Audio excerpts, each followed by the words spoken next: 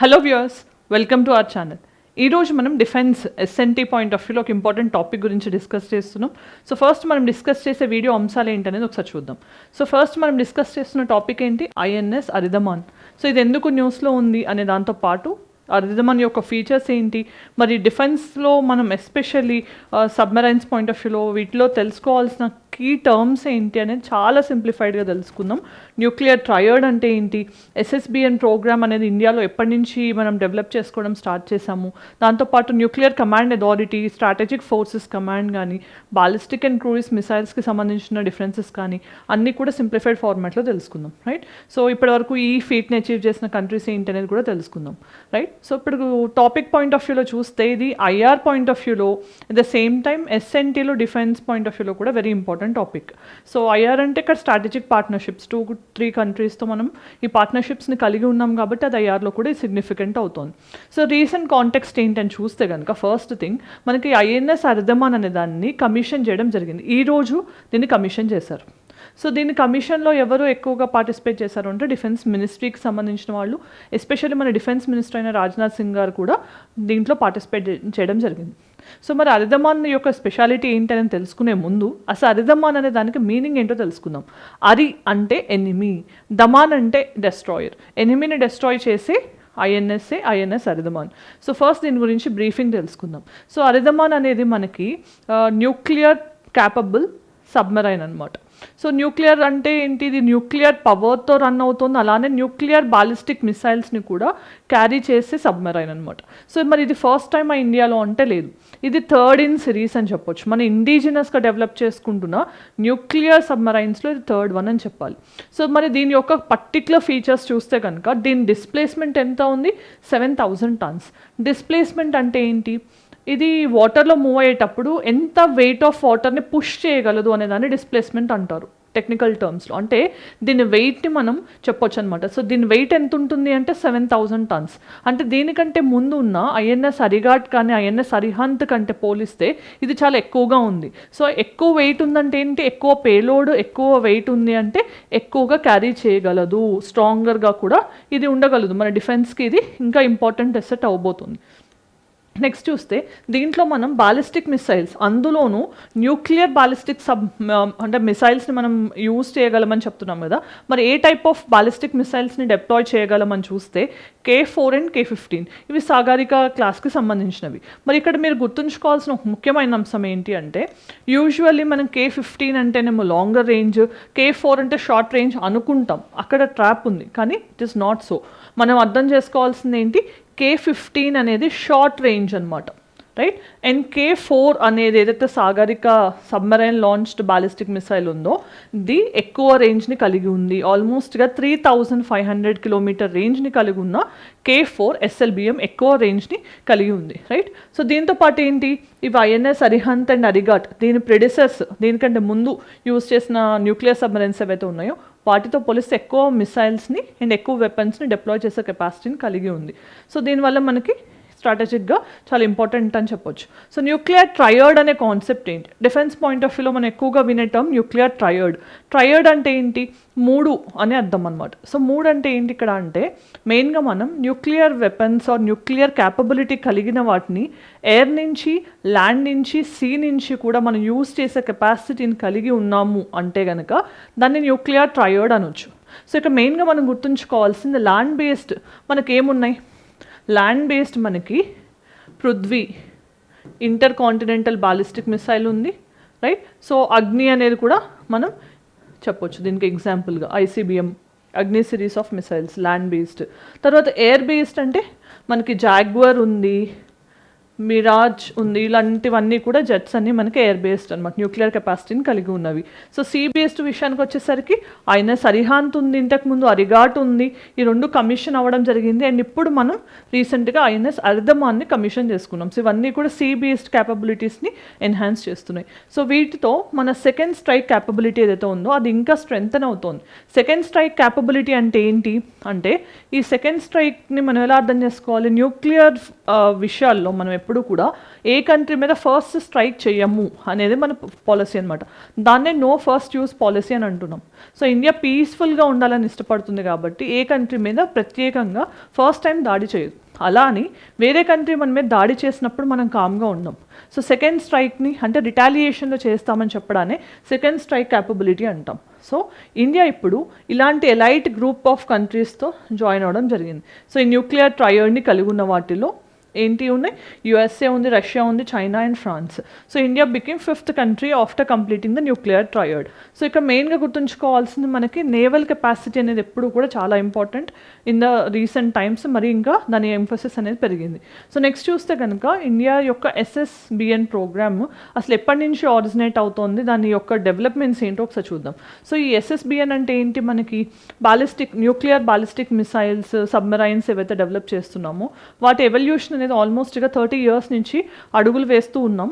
But major mile stones ఎప్పుడు అంటే INS Arihant first one ఇండిజినస్గా మనం డెవలప్ చేసుకున్నది 2016లో ఫస్ట్ టైం. అండ్ తర్వాత INS అరిఘాట్ 2024లో 8 years ఆఫ్టర్. అండ్ 2026లో థర్డ్ వన్ INS అర్ధమాన్ని ఈరోజు కమిషన్ చేసుకోవడం జరిగింది. దీంతో పాటు మనం కి సంబంధించిన స్టెల్త్ ఫ్రిగేట్ని కూడా మనం కమిషన్ చేసుకోవడం జరిగింది. అదేంటి అనేది తెలిస్తే మీ కామెంట్ సెక్షన్లో చెప్పండి. రైట్, ఈరోజే INS అర్ధమాన్తో పాటు మనం దాన్ని కూడా కమిషన్ చేసుకున్నాం. సో మరి స్టెల్త్ ఫ్రిగేట్స్ అంటే ఏంటి అనే కాన్సెప్ట్ చూస్తే కనుక ఎప్పుడైతే కనుక ఎనిమీ యొక్క రాడార్ కానీ సోనార్ కానీ ఇన్ఫ్రారెడ్స్ నుంచి తప్పించుకునే కెపాసిటీస్ని కలిగి ఉంటాయో, వీటిని క్రాస్ ఓవర్ చేసే కెపాసిటీని కలిగి ఉంటాయో వాటిని మనం స్టెల్త్ ఫ్రిగేట్స్ అంటాం. సో ఇవి ఎలా ఆపరేట్ చేస్తాయంటే ఇవి వాటర్ని ఎక్కువగా హీట్ చేసినప్పుడు కూడా మనం ఈజీగా డిటెక్ట్ చేయొచ్చు. ఎనిమీ డిటెక్షన్ ఎక్కువగా ఉంటుంది వాటర్ హీట్ అవ్వడం వల్ల. అలా అవ్వకుండా అండ్ సౌండ్ని ఎక్కువగా ఎమిట్ చేయకుండా ఉండటం, సైలెంట్గా ఆపరేట్ చేయడం వల్ల వీటిని స్టెల్త్ ఫ్రిగేట్స్ అంటాం అనమాట. రైట్, సో ఈ స్టెల్త్ ఫ్రిగేట్స్లో మనకు మేజర్గా గుర్తుంచుకోవాల్సింది ప్రాజెక్ట్ 17A. ప్రాజెక్ట్ 17Aలో మనం ఈ స్టెల్త్ ఫ్రిగేట్స్ని డెవలప్ చేసుకుంటున్నాం. దీంట్లో ఫస్ట్ షిప్ ఏదైతే ఉంటుందో దాన్ని లీడ్ షిప్ అంటాం జనరల్గా. సో ఫస్ట్ షిప్ని INS నీలగిరి అన్నాం. సో దానికోసం మొత్తం ఈ ప్రాజెక్ట్ 17A కింద డెవలప్ చేసే స్టెల్త్ ఫ్రిగేట్స్ ఏవైతే ఉన్నాయో వాటన్నిటిని కూడా నీలగిరి క్లాస్ స్టెల్త్ ఫ్రిగేట్స్ అంటాం. మరి నీలగిరి కంటే ముందు మనకి ప్రాజెక్ట్ 17 ఉండేది. అది కూడా స్టెల్త్ ఫ్రిగేట్స్కి సంబంధించింది, కానీ అది శివాలిక్ క్లాస్. దాంట్లో ఫస్ట్ లీడర్షిప్ వచ్చేసరికి శివాలిక్ అనమాట. ఇలాంటి విషయాలను కూడా గుర్తుంచుకోవాలి. రైట్, దెన్ ఇప్పుడు స్ట్రాటజిక్ ఫోర్సెస్ కమాండ్ కింద ఇది ఆపరేట్ చేస్తుంది INS అరిహాంత్. వీటి యూజ్ మనం చేయాలి అంటే ఎవరు డెసిషన్ తీసుకుంటారు? డిఫెన్స్ మినిస్టర్ కాదు. ఈ స్ట్రాటజిక్ ఫోర్సెస్ కమాండ్ నిర్ణయించిన తర్వాతే వీటి యూజ్ అనేది మనం చేయడానికి ఉంటుంది. మరి స్ట్రాటజిక్ ఫోర్సెస్ కమాండ్ అనేది ఎప్పుడు ఫామ్ అయింది? 2003లో. ఎందుకు ఫామ్ అయింది అప్పుడు అంటే 1999లో మనకు కార్గిల్ వార్ తర్వాత ఆ నీడ్ అనేది మనకి ఫీల్ అవ్వడం జరిగిందనమాట. సో ఇట్లాంటి స్ట్రాటజిక్ ఫోర్సెస్ కమాండ్ ఉంటే డెసిషన్ మేకింగ్ ఇవన్నీ కూడా కొలాబరేషన్స్, కమాండింగ్ అంతా ఈజీగా ఉంటాయనే ఉద్దేశంతో దీన్ని క్రియేట్ చేసుకుని అప్పటి నుంచి డెవలప్ చేస్తున్నాం. SSBN అంటే ఏంటి? షిప్ సబ్మర్జిబుల్ బాలిస్టిక్ న్యూక్లియర్ అని మీనింగ్ అయితే అది. కానీ జనరల్గా చెప్పాలి అంటే సబ్మెరైన్ నుంచి మనం అంటే న్యూక్లియర్ పవర్డ్ సబ్మెరైన్స్ నుంచి న్యూక్లియర్ క్యాపబుల్ బాలిస్టిక్ మిసైల్స్ని లాంచ్ చేస్తే వాటిని SSBNs అంటాం అనమాట.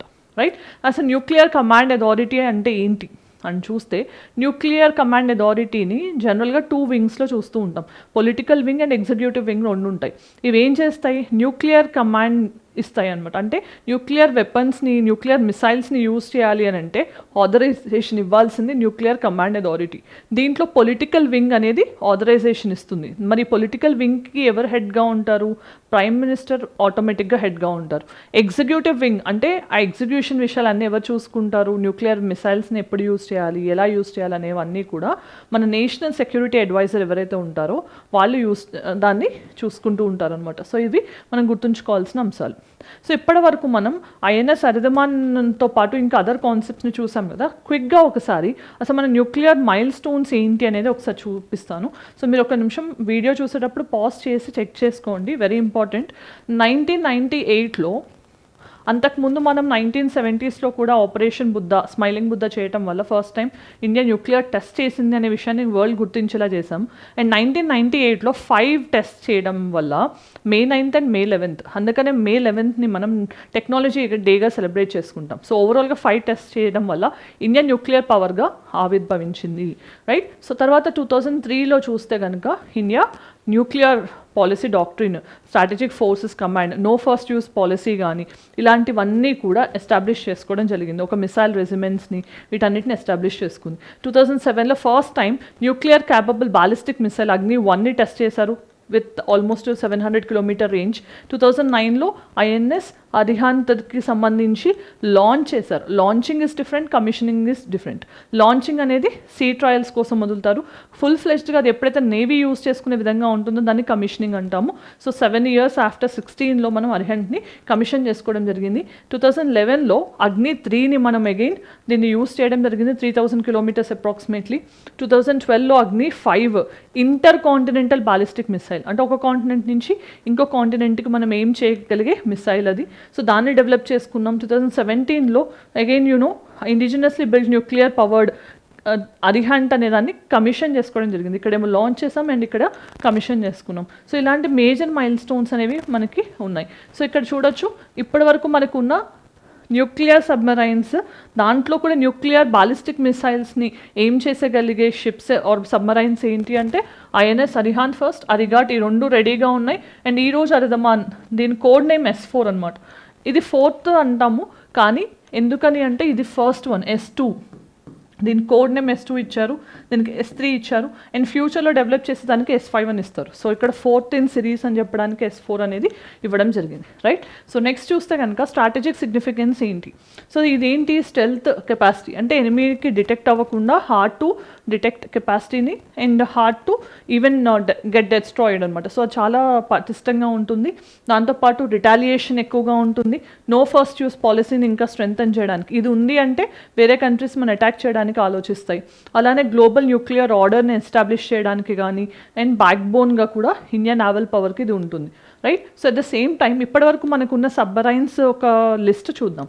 సో ఫస్ట్ ఇక్కడ గుర్తుంచుకోవాల్సింది న్యూక్లియర్ పవర్డ్ సబ్మరైన్స్లో మనకి ఏదైనా రకాలు ఉన్నాయి అని చూస్తే SSBNs ఇప్పుడు చూసాం మనం, సబ్మరైన్ బాలిస్టిక్ న్యూక్లియర్ మిసైల్స్.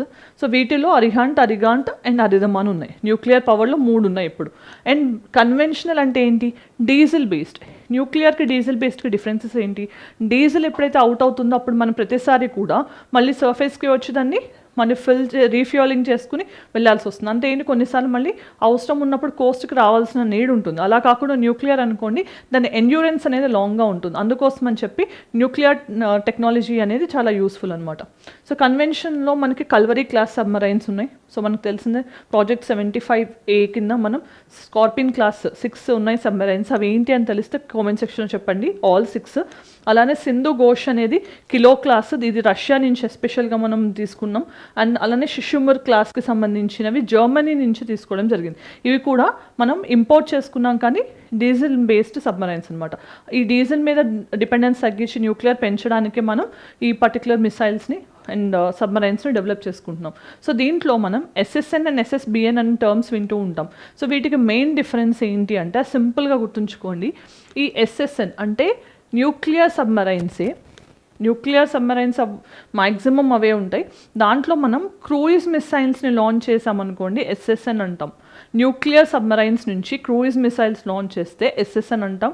అలా కాకుండా న్యూక్లియర్ సబ్మరైన్ నుంచే బాలిస్టిక్ క్యాపబుల్ మిసైల్స్ని లాంచ్ చేస్తే SSBNs అంటాం. ఇది ప్రైమరీ డిఫరెన్స్ అనమాట. సో మరి బాలిస్టిక్ మిసైల్ అంటే ఏంటి, క్రూయిజ్ మిసైల్ అంటే ఏంటి అనేది కూడా సింపుల్గా చెప్తాను. సో క్రూయిజ్ మిసైల్స్ అనేవి చాలా షార్ట్ రేంజ్ని కలిగి ఉంటాయి, షార్టర్ రేంజెస్ అనమాట. సో ఇవి ఎక్కువగా స్ట్రైట్ పాత్ని, ఆల్మోస్ట్ ఎయిర్ ఫ్లైట్ ఎలా వెళ్తుందో అలానే వెళ్తాయి. బాలిస్టిక్ మిసైల్స్ ఏమో పారాబోలిక్ పాత్ని ఫాలో అవుతాయి. అండ్ ఇవి లాంగ్ రేంజ్ని యూజువల్గా కలిగి ఉంటాయి. సో ఇవి లాంగ్ రేంజ్ని ఉండటం వల్ల ఈజీగా డిటెక్ట్ అవుతాయి, ఎనిమీ రాడార్లోకి వచ్చే ఛాన్స్ ఉంటుంది. సో ఇవి ఎక్కువగా ఎయిర్ హగ్గింగ్ అంటాం కాబట్టి ఇవి హార్డ్ టు డిటెక్ట్ అనమాట. మరి దీని యొక్క యాక్యురసీ ఎక్కువ ఉంటుందంటే క్రూయిజ్ మిసైల్స్ యాక్యురసీ ఎక్కువగా ఉంటుంది, కంపారిటివ్లీ యాక్యురసీ తక్కువగా ఉంటుంది. రేంజెస్ వైజ్ అయితే కనుక క్రూయిజ్ మిసైల్స్కి ఎక్కువ ఉంటుంది. మరి క్రూయిజ్ మిసైల్స్కి బెస్ట్ ఎగ్జాంపుల్ ఏంటి అంటే మన దగ్గర ఉన్నది BrahMos. So BrahMos is also a cruise, supersonic, hypersonic, subsonic అని వీటి రేంజెస్ని, స్పీడ్ రేంజెస్ని బట్టి మనం మెజర్ చేస్తూ ఉంటాం. BrahMos is one supersonic cruise missile. తర్వాత మనకి బాలిస్టిక్ పాయింట్ ఆఫ్ వ్యూ చూస్తే అగ్ని is a inter continental ballistic missile. అగ్ని సిరీస్లో ఇప్పటివరకు 5 ఉన్నాయి and 6th one is in construction are development అని చెప్పొచ్చు.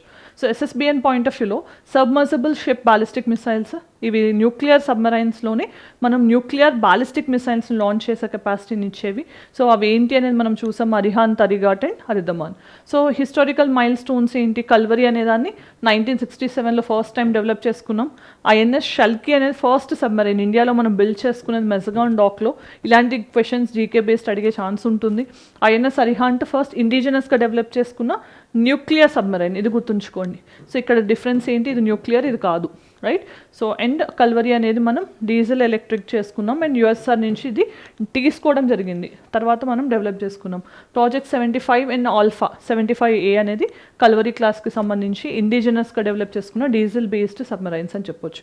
సో గ్లోబల్గా ఇప్పుడు చూస్తే USAలో మనకి 14 Ohio class nuclear submarine based ballistic missiles ఉన్నాయి అండ్ చైనాలో 12 న్యూక్లియర్ సబ్మరైన్స్ ఉన్నాయి. మనకి ఇప్పుడు ఓన్లీ 3 ఉన్నాయి, అర్థం చేసుకోండి. ఆల్మోస్ట్ 1/3 కూడా మనకి లేవు.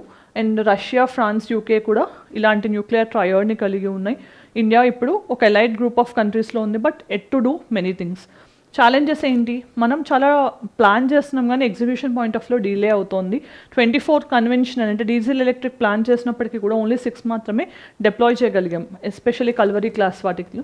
టెక్నాలజికల్ కాంప్లెక్సిటీ కానీ, కాస్ట్ ఎక్కువ అవ్వడం కానీ, లేకపోతే ఎక్కువగా ఫారిన్ కొలాబరేషన్స్ మీద డిపెండ్ అవ్వడం కానీ కూడా ఒక మెయిన్ ఛాలెంజ్గా ఉంది. దాంతోపాటు ఇక్కడ మనకి AIP సిస్టమ్స్ అనేవి ఉంది. అంటే ఏంటి అంటే ఎయిర్ బేస్డ్ అనమాట. మనకి ఈ ఎక్కువగా ఏంటి అంటే డీజిల్ బేస్డ్ సబ్మరైన్స్లోంచి లాంచ్ చేసే మిసైల్స్, డీజిల్ సబ్మరైన్స్ మనకు ఆక్సిజన్ కోసం బయటకు రావాల్సిన అవసరం లేకుండా ఎయిర్ ఇండిపెండెంట్ ప్రొపల్షన్ సిస్టమ్స్ని డెవలప్ చేస్తారు. వాటిని కూడా ఎక్కువగా డిప్లాయ్ చేయడం ఛాలెంజ్ అవుతుంది. దెన్ స్ట్రాటజిక్ డైమెన్షన్ ఏంటి, ఇవన్నీ కూడా మనకి నో ఫస్ట్ యూస్ పాలసీని, అలానే క్రెడిబుల్ మినిమం డిటరెన్స్, ఇవి ఉండటం వల్ల వేరే కంట్రీస్ ఇండియాని స్ట్రైక్ చేయాలంటే భయపడతాయి. అలాంటి పాలసీస్ని స్ట్రెంగ్తన్ చేస్తున్నాయి. కానీ ఇలాంటివి డెవలప్ చేయడం వల్ల ఎథికల్ ఇష్యూస్ ఏంటి అంటే న్యూక్లియర్ ఎథిక్స్ అనేది అంటే ఏంటి, మెయిన్గా arms race. Every country protection పేరుతో ఇట్లా డెవలప్ చేసుకుంటూ వెళ్తే ఆర్మ్స్ రేస్ అనేది డెవలప్ అవుతుంది. దాంతోపాటు నేషనల్ సెక్యూరిటీ, రెండింటిలో ఏది అనేది ఎథికల్ డైలమా అనమాట. దీని మీద మీ అభిప్రాయం కామెంట్ సెక్షన్లో చెప్పండి, right. Then conclusion point of వ్యూలో చూస్తే ఇది ఎప్పుడూ కూడా మన సీ బేస్డ్ న్యూక్లియర్ స్ట్రెంగ్త్ని ఎన్హాన్స్ చేస్తుంది తప్పనిసరిగా. అలానే క్యాపబిలిటీ పాయింట్ ఆఫ్ వ్యూలో కానీ, టెక్నాలజీ పాయింట్ ఆఫ్ వ్యూలో, regional security and stability point of వ్యూలో ఇది మనకి ఇంపార్టెంట్ మైల్ స్టోన్గా చెప్పొచ్చు. సో దీనికి సంబంధించి ఒక ప్రాక్టీస్ క్వశ్చన్ చూద్దాం. With reference to India's nuclear submarine program, consider the following. SSBNs are primarily designed for tactical warfare using torpedoes and cruise missiles. INS Ardaman is capable of launching submarine launched ballistic missiles. Sea based deterrence is considered the most survivable leg of nuclear triad. Options lo 1 only, 2 and 3 only, 1 and 2, 1, 2 and 3. D అనేది 1, 2, 3. Okay, so ఏది correct option అనేది comment సెక్షన్లో చెప్పండి, right. Then mains question, sea based nuclear deterrence is the most credible component of a nuclear triad. Discuss in the context of India's SSBN program and induction of INS Aridhaman ki sambandhinchi alane overall ga submarines lo ballistic missiles launch capabilities ni elanti utilization untundi, India ki elanti significance ni kaligi undani answer cheyadaniki try cheyandi. Mari ee roju మనం వీడియోలో submarines different classes చూసాము, అలానే INS అరిధమాన్ గురించి చూసాము and ఓవరాల్గా nuclear triad, nuclear command authority అనే కాన్సెప్ట్స్ని కూడా మనం ఈజీగా డిస్కస్ చేయడం జరిగింది. ఈ వీడియో నచ్చినట్లయితే let us know in the comment section. Thanks for watching, all the very best.